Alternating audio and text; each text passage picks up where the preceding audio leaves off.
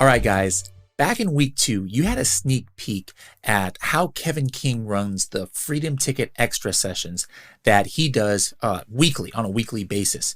And you had to listen in on how he answered a lot of the Freedom Ticket Extra students' questions. Now, we've got another bonus module for you. What we had mentioned in the past was it's not just Kevin King who goes on Freedom Ticket Extra. I myself go on there. We have other brand evangelists and trainers here who go on there. But also once a month, Kevin King brings on an expert to talk about a unique subject.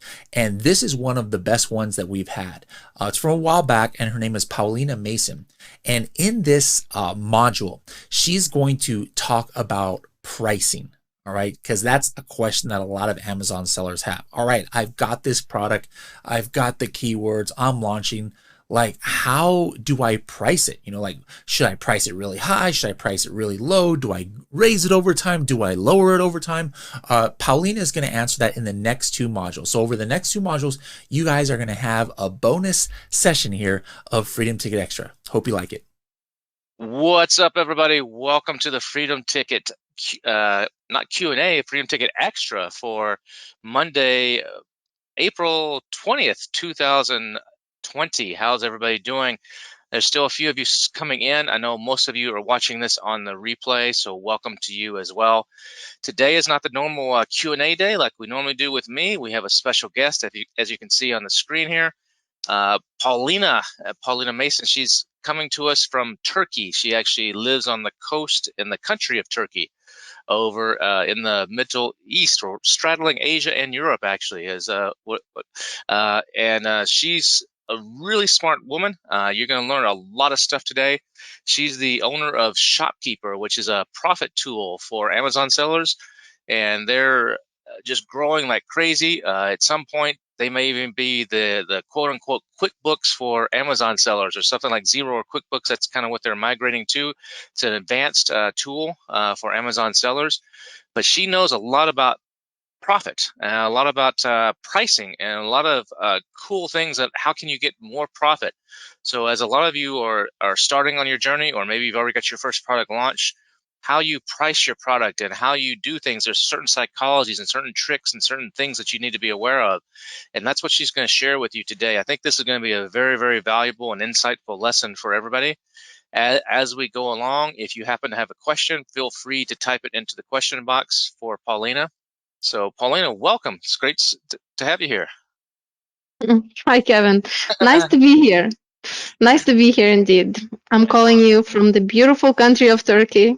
It's a little dark outside. It's 9 p.m. for us, and 11 a.m. for you guys. Right. I think the last time I saw you was was it Israel? When I was speaking last year? That's almost a year. Sellerfest Israel, that's right. Wow. Yeah. Time flies, man. Jeez. And then I saw you in Prague at another event, and seen you many places.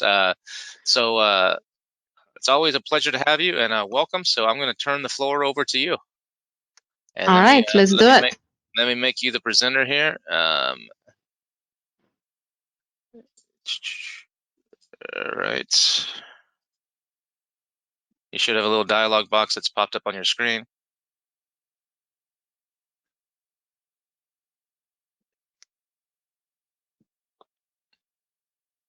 All right. There we go. Perfect. I can see everything just great. All right. So you see my title in the first slide? I do. Pricing fundamentals. And I see your beautiful face, so you're good to go. All right. So today we will talk about pricing fundamentals. And the first thing I will tell you right away why you should listen to the whole class and why it's important to have the fundamentals and basics down. The way you will define your price, it will matter so much that it will actually affect how your product is going to look like. If you will price it lower, if you come out with $10.99, then the product will be a bargain type of product. And if you come up with the $25, then the product will be the fancier product, right? It's a different product that will come out after you have your pricing strategy. So today I will do it workshop style, and you can follow me step by step by step. Everything I do, you can copy paste the same thing for your own product. Okay, so get your Google Sheets ready and your pen and paper next to you so you can note what's important, and we will do it workshop style. But I was thinking, in the beginning, just to warm it up, do you want to start with the fun thing or like important thing? What do you think, Kevin? I think let's do some fun. Let's do some fun stuff. Fun. I knew it. Let's do fun first. So fun, what is fun for me in terms of pricing? I really love pricing psychology. And pricing psychology bits are those little things that make it more interesting. There's a lot of research done online, how to tweak and your prices, what digits to use, and how to affect the buyer psychologically so that they would click into your listing more. So we'll start with that. I'll just tell you one tip that you can use right away and apply to your prices that would actually be psychologically influencing your buyer. Let's talk about price endings. The ending of 99 that you see everywhere. And you go to the retail stores, everyone is using 99, 99, 99 at the end, right? But what's the deal with that?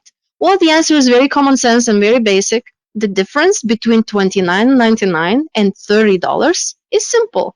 The first one you read as 20 something, this next one you read as 30 something. So there's nothing new about this. Retailers are using the first one because it seems like a better bargain. But there's where psychology comes in. What happened to all of us from seeing so many of these 99s everywhere? You go everywhere 99, 99. We started to feel like when we see that type of a price with that kind of ending, that it's some sort of a bargain. It's sort of automatically implied. As soon as you use the ending of 99, it is implying that it's a bargain. Now look at the $30. It's round. It doesn't look like a bargain at all. It looks like either it's a new product or they just published it, or like even makes you stand with the price and think about it a little more. And it's like $29.99. It seems like a very finished, complete price, and $30 feels like unfinished. It's sort of like a temporary holder here. So this you can use. The feeling that 9, the digit of 9 gives is a bargain feeling.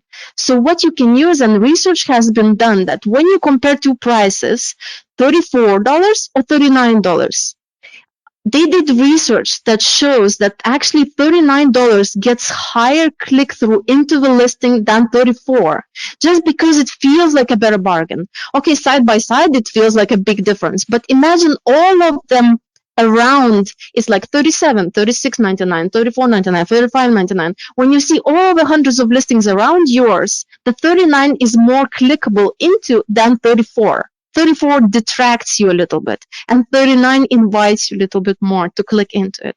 So here's the tip, the psychological tip that I'm recommending. Use charm digits. Those charm digits are 9, 7, 5.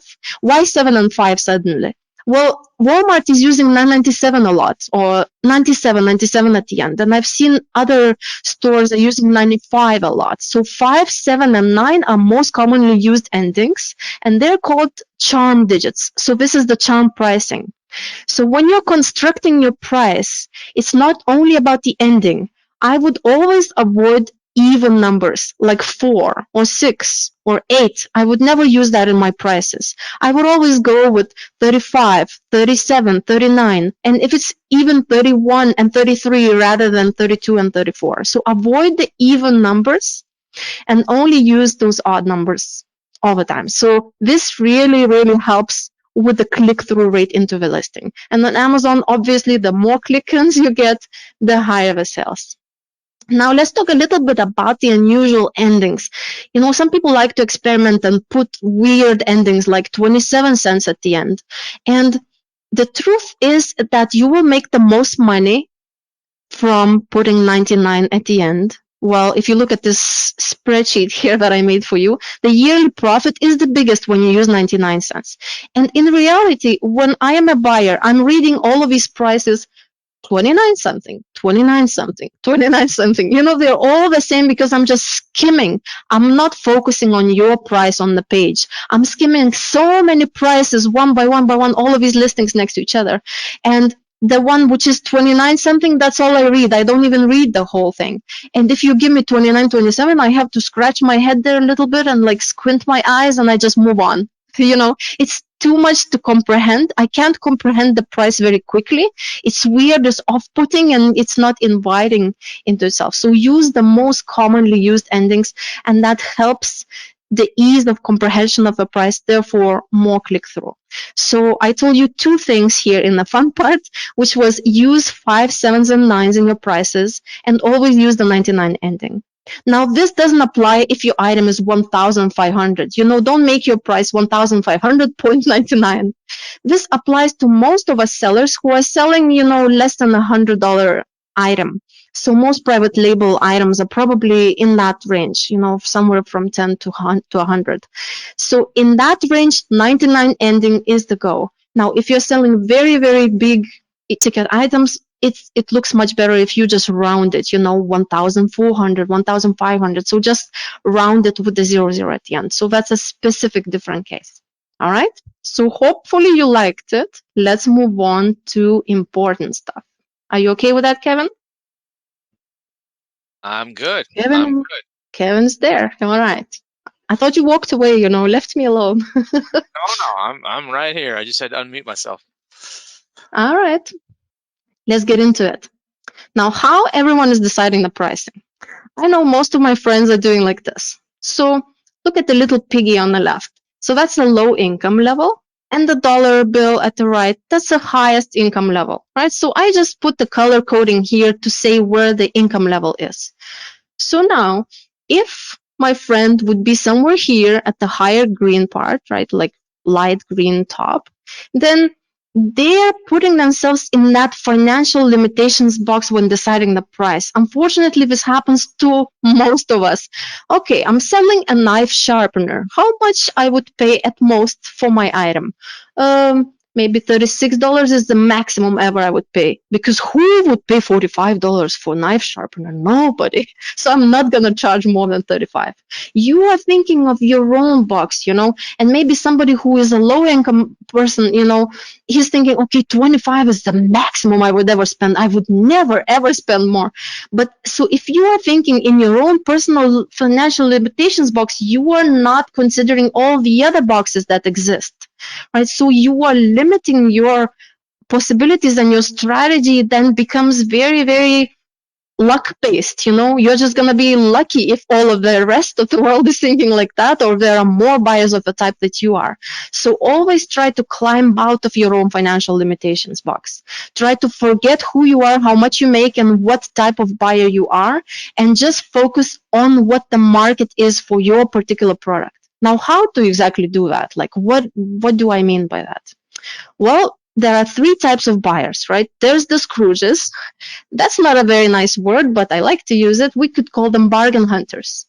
And there's the big spenders, so that big spender is more like me, I just open Amazon.com. I just search for what I need and don't really look at the price too much, just because I'm too lazy to look. But my brother is that bargain hunter type. He's the guy with the green sweater over there. He's gonna look for all the coupons, all the, price matches, research all the competing websites and search the cheapest price possible, and then apply all the coupons possible. And he's always doing it for every item he buys. Now, I sometimes do that if I'm buying a very expensive item, but most of the time I don't. So I'm in the big spender category, even though I'm not a $1 billion, maker like Kevin is here, right?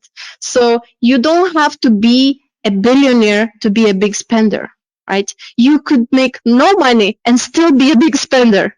So types of buyers is not about how much money you make. It's about your buying habits. Okay, so big spender can be influenced by the money that I make. Okay, I am the founder of a big software company. I do make a lot of money in my case, but there are people who don't, and they're still very big spenders. So why do you care? And why am I telling you that? It's probably generic information you're thinking. How does it apply to me? Now, when I am telling you all of these details, and we will get into step by step now, pick one of the products that is most important to you at the moment. Something that you are researching, you are deciding how much you're going to charge, you're calculating the cost of it. Pick that one and hold only that one in mind when we are doing the whole step through.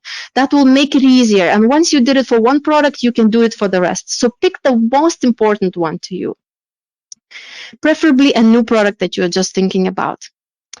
So there's research been done that there are 24% of Scrooge types and 15% of big spenders, and the rest fall in the middle, 61%. So it's a very generic research that's been done on e-commerce buying types, and we cannot rely on this data exactly percent by percent, but it gives us a good feel, that there are less of those big spenders, and there's a lot in the middle, and there are some Scrooges. So it gives you a sense of what the world is about in types of buyers. Now, why do you want to know that information? Like, how is it important and how is it affecting?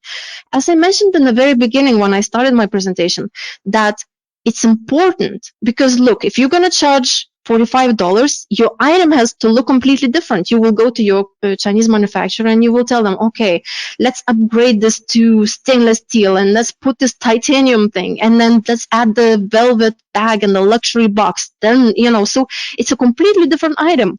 Now, if you're serving the bargain hunter, then you will say, okay, let's strip this, choose a cheaper metal, optimize the cost, right?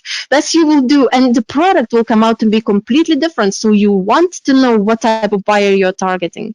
And especially you want to know in your keyword, in your category, how many buyers of each type that you have and how many sellers are competing for those buyers.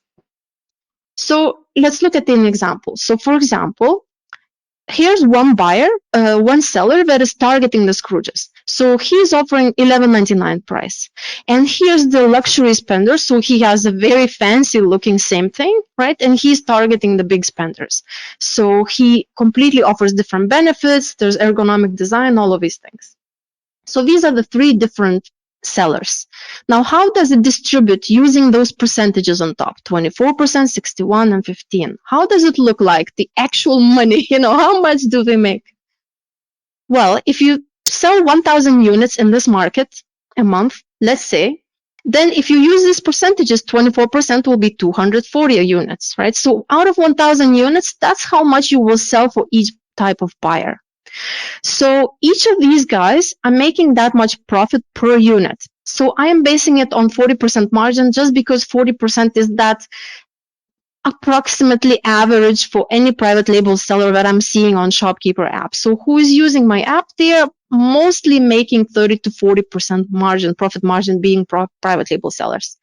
So that's what I took. I took these prices that they are charging here and calculated their profit margin. And now we can see exactly how much monthly profit you could make if you were that seller in that bucket. So it looks like the guy who's selling for the Scrooges makes the least profit, and looks like the big spender is not like, naturally you would think, oh, okay, the biggest price item, I'll make the most money because the profit margin is the biggest. Actually not, because there are much less buyers in there. See, so the best place in this situation to be is in the middle, to sell an item that is in the middle price range. That's why you need to figure out your own formula, and I'll help you with that right now, exactly how and where for your product these numbers lie. So these percentages that I showed you are just average percentages. For now, we will calculate exactly what percentage of Scrooges you have for your keyword, and how many sellers are selling to the Scrooges, and how much money each type of seller is making. And then we will see how much wiggle space there is in each bucket, and where could you put your foot in? Where could you fit in the best? All right. So let's do it step by step, and walk with me. If if you're watching a replay, just pause the video, do the step, and then follow through. All right, so I will use the same example, knife sharpener. So we'll simply open Amazon, type in knife sharpener. So pick your core keyword. I know you have many keywords that can describe your tool or your item. Just pick the one that is the most obvious, strongest one, right? So pick that one. Then we will open Helium 10 Chrome extension. And here you will load all of them and click on load more results to load another batch. So in total, I grabbed here 120 results. It will depend on your category. If it's very, very niche product and at 120 you start getting unrelated products, then choose less of the items, okay? But if it's a high selling item, popular thing like knife sharpener, 120 is good, statistically significant number to load. All right, and then all you have to do is simply export. So you'll use the export button. All right, so what you'll get is the CSV file exported. So we will do the three things next. First, we will paste it to Google Sheets. So open your Google Sheets right now. Then we will remove all the slow sellers together, and we will remove sponsored listings. We will clean that up a little bit so to get better sense of the real pricing strategy, like the pricing thing that is going on for your category. Okay, so here I paste it into a Google spreadsheet. You will do the same. And then what we want is to enable a filter. Okay, so you'll click data, create a filter. And there on the sales column, you will click this little filter button and you will want to choose greater than 20. What I'm doing here is I am eliminating those listings that have less than 20 sales. Now the sales are estimates. These are not real figures, but it will give you a very good feeling of the buckets and where you should play, right? It will give you a very good sense. So I am eliminating anyone who's not selling that much. It means that their price is not showing itself worthy. So whatever price they set, if it's not selling, it means either it's overpriced or something not working out for them. So we are not wanting to look at them. I chose 20 here. 20 for a knife sharpener a month. That means like 1 unit, every 2 days or so. So imagine you're selling a $150 knife sharpener. It's still a good seller, even if you sell one a day. If you make $40 in profit, every day, it's good, So you can edit this number a little bit based on your own preference. But I like to use 20 because then you get more of the prices to see what the price range is. Next step, we will delete all the rows that have the sponsored listing sign. So it will be just a little $sign that Helium 10 will add in front of the brand. And then you can delete those rows. Now, the reason we want to delete them is because their price is not proven organically to work, right? They're pushing it with PPC, and that's a different dynamic going on there. So we want to eliminate them to just get the real sense of the price variation in your market. Next step, we will get all of this full range of prices for your product. So we'll just have a full list, the full range from the smallest to the highest. And we will define now how much the bargain hunter is paying on average, how much this average buyer is paying on average, and how much the luxury buyer. We will actually determine what exact prices are for your category for these three types of buyers. So take the pricing column and simply copy. So you have eliminated the slow sellers, eliminated the sponsored listings. Maybe there are some outliers, like somebody is charging, look here, going to 150. If you have another 500 over there, just delete that outlier. So delete the last top outliers, sometimes overpriced by dropshippers or resellers and something like that when they're low on stock. So if it's complete outlier and it's very, very different, then delete it from the list as well. So you cleaned up your list, paste it into the notepad, and you'll have a very nice price range. Like in this case, it's going 148 here to 13. I actually later removed the 224 because for me that was an outlier. Okay, so you will have this whole nice list of your price ranges in your product category. Now, what you will do with that? Well, most people, usually, if they do that kind of research, and people who like numbers, they go, now, how to decide, how much to charge? You look at this, okay, it goes from here to here. Well, what's the average? Then you add up all the sales, average is 26, but 26 gives you no information. Look, if I'm adding the outlier, your average will be higher. If I'm deleting the outlier, your average is lower. Like, it doesn't really give you a good sense of the numbers and the range, Maybe everybody's selling for $15 and then few guys for very high, and the average then doesn't give you any real information about the price. So instead, we will use this mathematical website, a calculator, but don't be scared by all these X's here and formulas. All you need to know is to type that into Google. Alcula.com calculator is just a random calculator that did the job that I wanted. I'm not affiliated with it. There are many calculators that calculate that. And what it's going to do for you is it will calculate the quartiles. And quartile, again, it's a number, it's a name I never heard of before I started being interested in pricing strategies and numbers. So if you've never heard of it, don't be scared of it. Ignore. Just look at the lower, median, and upper, and that's the numbers. So actually, these are exactly the numbers that you want to get that are bargain hunter, middle, and high. Now, why is it? You will say, Paulina, I don't believe it. How one tool can give me this number? Like, how much is the paying? Well, actually, when you lay out all the numbers, what it gives you, these quartiles, what does it mean? It means like this. If your price range for knife sharpener goes from $589 to $148, that's a full price range that you just copied. Look, it says that 50% of all of the sellers are selling between $10.99 and $27.99. So that's the biggest density. Look, even though there is such a big price difference here between $27.99 and $148, only 25% of sellers are selling in that taller category, and the other 25% are here. So what this calculator gives you, it gives you that number of the middle. Like, where is that middle start and end? So now you know that most sellers are selling between $10.99 and $27.99. And that's exactly the magic number that you need to have. So now you know that for your product, for this knife sharpener, the bargain hunter is always paying less than $10.99, and there's 25% of sellers. And on average, like, he's paying between $10.99 to $27.99. So on average, $16.93.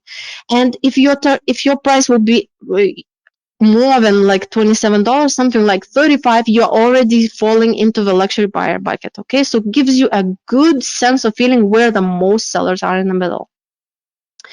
This is great. So now you can start filling out your table. First thing we will do is we will find the number of competitors. So first step, count the number of competitors. Then we will count how many units they sell in each of the targets. So bargain hunters, sellers, how many units they sell and how many bargain hunters are buying. Okay, and then each of the buckets the same. And then we will pick your place where you will have space, where it's not overcrowded yet. All right. All right, so let's see. So what you will do is you will count the number of competitors for each quartile. So let's take this $10.99 first and select in your spreadsheet anything that is less than $10.99. So just drag and select it.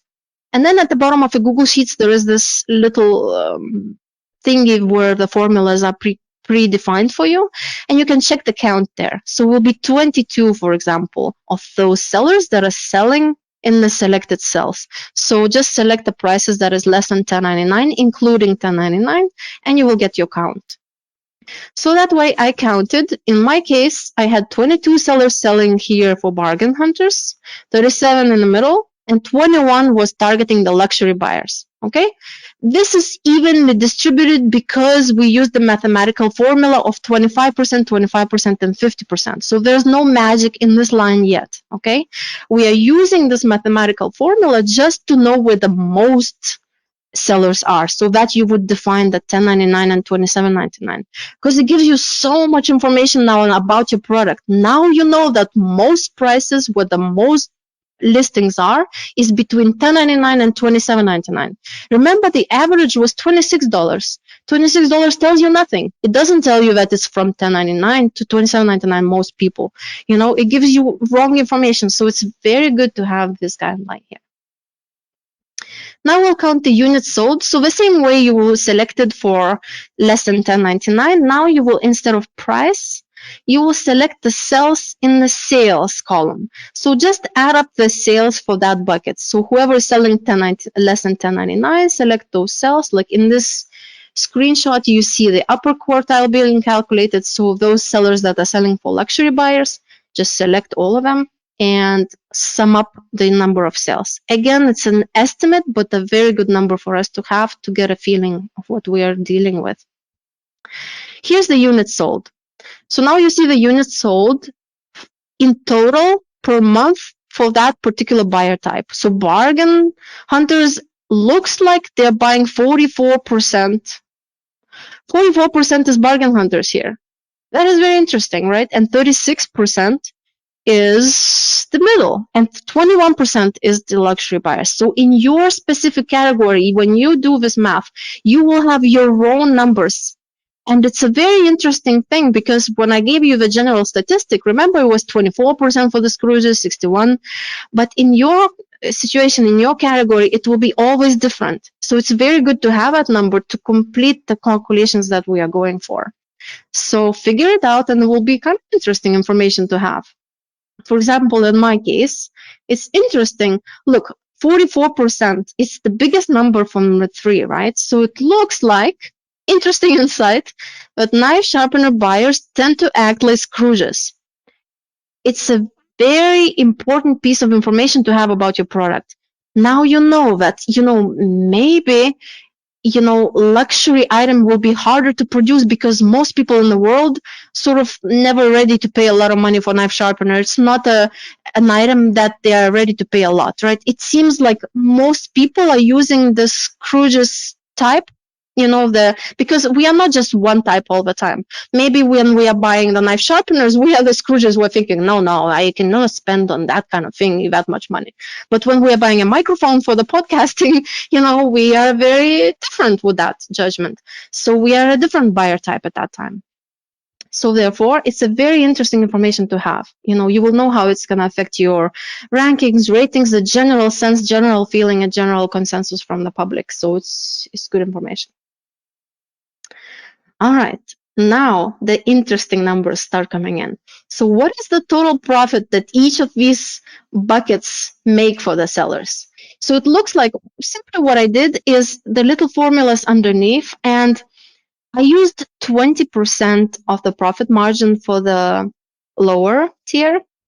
Well, why did I do that? The reason is in the low priced items, it's very small wiggle space that you make your profit. You almost never make 40% on Amazon with the lowest items, especially less than $10.99. So I put 20% there. If you manage, to make 20%, then it's awesome. So the formula is simply the units sold in total in that bucket. And then I went back to the spreadsheet and calculated the average price. So I didn't take $10.99. I selected all of them and checked what the average was, and probably was like 9 or 8. And I multiplied that by 20, so 0.2. So that's a 20% margin for that many units. That's how much profit in total. And then 40% margin I used for the other two buckets. Okay. After that, you arrive at the actual profit per competitor. Okay, so these guys who are dealing with the bargain hunters, they're making 3,000 something a month, each of them. And the one in the end, look at this guy, like each of these sellers who are charging more than 27, they're making 21,000 a month, And you will say, whoa, Paulina, I want to be in that bucket, the last one, 21,000. Of course, it's the biggest number. But wait, not so fast, because it's not about how much profit you're going to make. It's actually about how much cash investment is required as well. So it's not enough to just, sure, it's a lot of good information for me that this bucket makes the most. Now I know that there's a lot of luxury buyers and there's good sales for that. And, I can make money in this bucket. It's a good information to have. Because remember, in the beginning, when I showed you an example, it seemed like the middle bucket was the best. In my case right now, it looks like this bucket is the best to be. But that's not the end of the story. I can't base on that. Now, do I have enough money to invest in that? So I will need to calculate all of my costs as well when deciding my price. Okay, so we will do together the next step, and we will be calculating that number now. How much cash investment you will need for that particular item. First thing we will do is we'll calculate the cost of goods. Then we'll estimate Amazon fees. and other expenses as well. And then we will get your cost per unit. Okay, once you have your cost per unit, you'll be able to decide how much price you can charge, because if you have $19 costs, you're not going to charge $14, right? So you have to know your costs first before you decide what price is going to be. And then when you have your price, you'll see which bucket it falls into and so on. So everything ties together very nicely. Next. So look at this. You probably have something like that already somewhere in your own spreadsheet, because I always have it when I start. And when I was a beginner seller, that's all I put, I put price. Okay, I'll probably charge $19.95 because it seems like a very good price for a knife sharpener.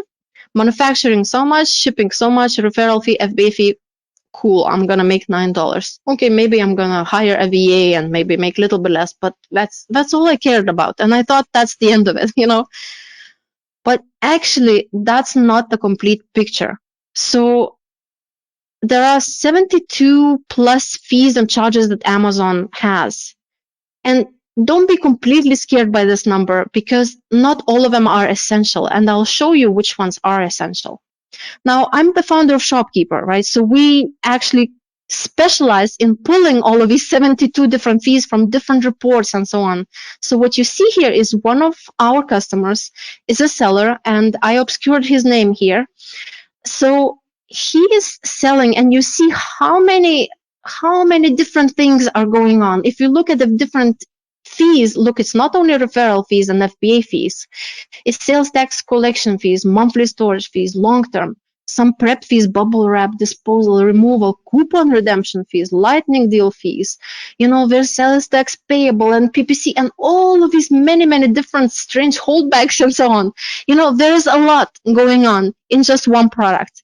So to detangle all that, I'll give you an easier way. Okay, I know starting Amazon, it's already as complex as it is, and you don't want to think that there is such a huge, look at some fees, like low value goods tax shipping is such a small amount, So me being the founder of Shopkeeper, I know which ones are more prominent and more important, and which ones are rare to appear. Okay, so when you're making your calculation, it will not be exact. It will be approximation, but a very good one. Okay, so it will be a much better approximation than this one that you may have already. Okay, so here's on the left is what I had when I started, and on the right is what I should have had. So these items we will go through one by one, and step with me together, and we will calculate each of these lines for your product. Okay, so there's manufacturing related, shipping related, referral fee, all of these things. Okay, let's step one by one and determine how much profit we make. First thing we look at is manufacturing related. And probably in that line on your spreadsheet, you only had $3.99 as the cost of acquiring that product. But you didn't add into the price design or molds or inspection needed, or maybe special tests for your kind of product. If you're selling wood product, you need to test it, on all these things. Why I'm suggesting to include that in your price? If you are an older seller, you can say, oh, I'm just going to count the production because the rest of the stuff like molds is just a one-time expense and it will be covered by my other profit. But when you're a beginner, you don't have that other profit, you have just limited amount of money. And when you are setting your price, your cost and your price is not forever. You are just setting your price for that 500 units that you will buy. So for example, I'll buy 500 units. I want to know exactly how much it costs me so that I set the proper price that I actually make money from my first batch, not lose money and then get from credit cards more, to replenish. So that's why I highly recommend for beginners to include all of that cost in the first cost calculation. Later, when you send the next 500 units, then you will not have molds cost anymore, design cost anymore, and that's okay. But in the beginning, put that all into consideration because it's not going to just sit somewhere there and actually make you lose money. You will know the real situation. Are you making money or not making money? And that's very important. So add all of that cost per unit. Here in my example, I'm assuming that we're going to buy 500 units. Okay, so I split up that into 500. So usually $1 for molds because knife sharpener mold about $500, just a rough estimate. Okay. So in this case, adding all of these numbers, $5.99, and that's what I will put into the manufacturing related row. Next, shipping related. So shipping is not only the sea shipping, it's also import tax. There could be some local shipping. For example, if you just shipped to yourself and then you ship by UPS or FedEx to Amazon, there will be local shipping costs as well. There could be customs bond. If you're shipping by sea, you may need to buy a single bond or, talk to your freight forwarder about this. It doesn't have to get very complex. Just ask the freight forwarder or whoever you're using for shipping, what's the estimate, and just divide that properly, including all the extra fees that they may charge you, including import tax. In my case, knife sharpener is going to cost me 93 cents if I'm doing by sea. Okay, so sea shipping is cheap. Usually by air it would be about $2, but by sea is very cheap, so it becomes 93 cents. Okay. Storage fees. For storage fees, very quick and easy way to pull it is from Helium 10 profitability calculator, again from the Chrome extension. So simply just choose a product that is similar size and weight and in the same category as yours. Doesn't have to be exact same because of course you will create something more unique and awesome, but just choose a pretty similar sized item for storage. They care about the dimensions, and put in 5 storage months and you will see your estimated cost. Now it says 20 cents for the January to September, and in Christmas time they increase the storage cost. Okay, so basically what I'm going to do is I'm going to choose 40 cents. Just roughly, but we want to be as close as possible, but rough. Now, why 5 months? Why not 3, not 1? Usually for your first items, they are slower to sell. And 500 units, it's a lot of units when you are a new seller and you don't have a lot of seller feedback, you don't have built up history as a seller. So it may take longer than you think. And after 6 months, it's when the long-term storage fee kicks in. So you never want to have as much stock as overstocking, after that.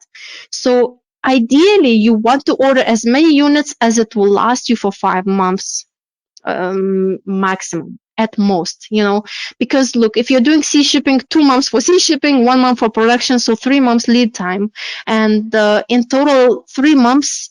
So you'll want to start selling and get a feel, so that will take another month. That means 1 month later you'll already have to reorder, and keep the 5 months in storage in order not to feel rushed to run out of stock. In my case, 40 cents is what I get from the estimator here. Now, the next item is refunds related. Why do we care about refunds? Because you will have refunds whatever you're selling.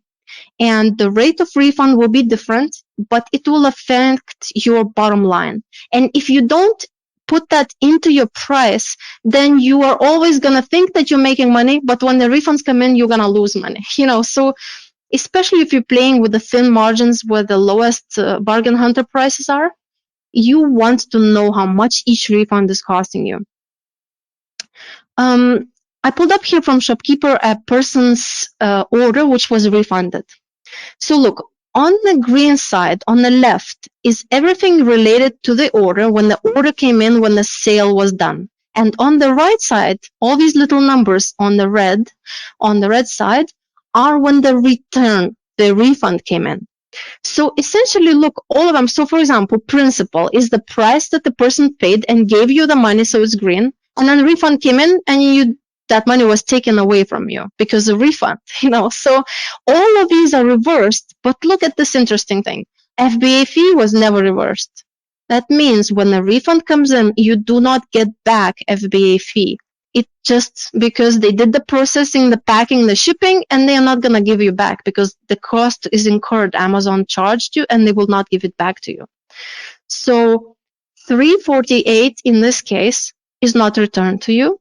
And also refund administration fee of 57 cents is going to be added. And also for some categories, you get this returns processing fee, which is equal to FBA fee as well. I'll tell you a little bit more on the next slide. So in total, you see that all of these extra things, FBA fee plus these 2 miscellaneous, makes you $7.53 cost for every bought and returned item. Okay, so that's your cost per refund. Now, Let's look at my knife sharpener. My knife sharpener, remember on my spreadsheet, I had FBA fee $3.48. And refund administration fee is actually 20% of referral fee. So just use my formula here. Put your own number. Now you will say, Paulina, what's that returns processing fee? I never heard of that. Like, what's that extra? Actually, it's equal to FBA fee. Look, another FBA fee when the refund comes in. What's that mean? Well, for some categories like apparel, watches, jewelry, shoes, blah, blah, these categories that you see listed here, Amazon is offering every customer to try it on and return it for free. And unfortunately, you, the seller, is paying for that luxury. Okay, so if you're in certain categories, you will charge another FBA fee to process the refund and to put it back into inventory. So if you are unlucky like me and I do sell in apparel category, I always get charged the returns processing fee in addition to FBA fee when the refund comes in. But for a knife sharpener, it's not in this category. So I'm only adding $3.48 and the 60 cents, and it becomes $4.08. So that's the total cost per refund. So this is when it's sellable. Okay, so that means that the knife sharpener, probably the box was open, but they never used it or something like that. It's sellable again. And that is $4. Now, what if it's not sellable? What if they used the knife sharpener and like ruined it or broke it or something and it's not sellable anymore? Well, unfortunately, then the cost is higher to you. In that case, and calculate this situation for your product as well. So FBA fee is the same like in the previous screen. Refund administration fee, same. This one, same. Now, also add in cost of manufacturing and shipping, because when the knife sharpener comes back damaged, you cannot sell it anymore and you are losing what you paid for manufacturing and shipping for that item. So essentially, it's a lost cost to you. And you will pay either disposal or removal fee to Amazon. Maybe you are removing to your own warehouse. You'll be fixing up those refunds, cleaning them up, or something, reselling later. Or you will just ask Amazon to dispose it. And in both cases, it's 30 cents for knife sharpener. But for your case, could be different fee. So just go to Seller Central Help and type in FBA removal and disposal order fees, and you will find the exact fee for your particular product, how much you will pay for that. And now we get the cost $11.30 for the knife sharpener when it's unsellable. So now what do I do with these two numbers? These two numbers were $4.08 and $11.30, one for sellable, one for unsellable. So while knife sharpener gets refunded about 7% of the time, and that number you'll have to estimate for yourself. Refund rates are between 2% and 15%. If you're selling shoes, they will return a lot. And if you're selling grocery items like the chocolate bars, they will likely never refund them, so it will be like 1-2% refund rate. So Google a little bit and research what your refund rate is likely to be. If you don't know it, use something like between 5 and 8%. I put 7% here for knife sharpener because it's an example and I don't really know. So that's a good estimated percentage to use. Okay, so your average refund cost number is just simply this plus that divided by 2. Why did I decide that? You will have to decide what's your own average refund cost. You have to think how many will be sellable and how many unsellable. Look, if it's a shoe, very likely most of them are going to be sellable. So I'll use then 80% of this and 20% of that into this formula. You could say half and half, but it's more true if you think about how many of your product will be sellable again when they refund it, and then get that refund cost. Once you have your refund cost, then you can use my little formula here. You don't need to read it right now if you're just watching for an overview. But if you're doing step by step, just pause it and do the calculation yourself. And we come up with 53 cents for each unit sold that is for refunds. So it doesn't matter that that item was not refunded. It's taking into account all 500 units, how many we are going to sell, how many are going to get refunded, at what cost is going to get refunded. And it turns out to be that 53 cents you have to budget within your price for the refunds. This is how you're going to get that number. All right. Kevin, you guys tired yet?